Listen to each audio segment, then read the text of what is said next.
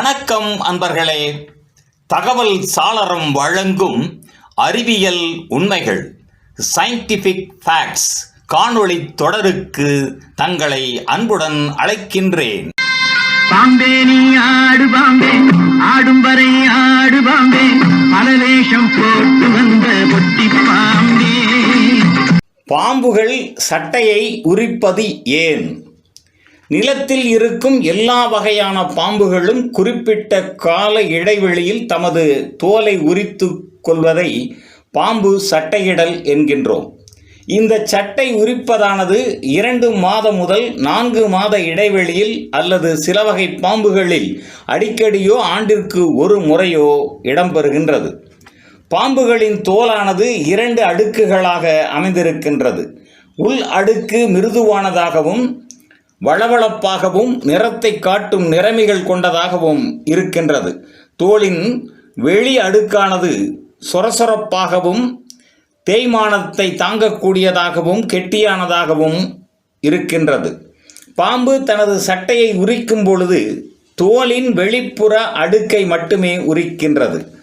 பாம்பின் வயது, வளர்ச்சி, அதன் உணவு, உடல்நிலை, தட்பவெப்பம் முதலியவைகளை பொறுத்து சட்டையை உரிக்க வேண்டிய காலத்திற்கு முன்பாகவே உள்தோலுக்கும் புறத்தோலுக்கும் இடையில் புதியதொரு புறத்தோல் உற்பத்தியாகின்றது.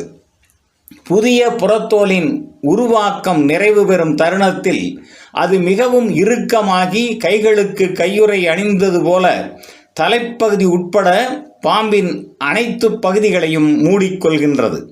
இக்காலகட்டத்தில் பாம்பானது சுறுசுறுப்பு இல்லாமலும் கண் பார்வை குறைவுடனும் ஒரே இடத்தில் முடங்கி கிடக்கின்றது.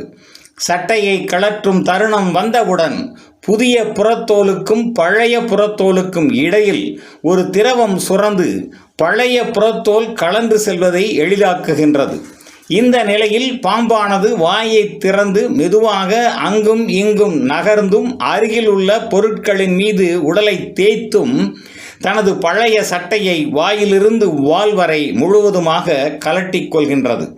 இவ்வாறு கலற்றப்படும் பழைய தோல் சட்டையானது புறத்தோல் என்பதால் மிகவும் லேசானதாகவும் கண்ணாடி இழைகளில் செய்யப்பட்டது போன்றும் காட்சியளிக்கின்றது. புதிய புறத்தோல் சட்டையை அணிந்து கொண்ட பாம்பானது பளபளப்புடனும் சுறுசுறுப்புடனும் இயங்கத் தொடங்குகின்றது என்பதும் இயற்கையின் கொடையாகும். நன்று நண்பர்களே. தகவல் சாளரம் வழங்கும் அறிவியல் உண்மைகள் தொடரின் பெரிதொரு காணொளியில் மீண்டும் சந்திப்போம். நன்றி, வணக்கம்.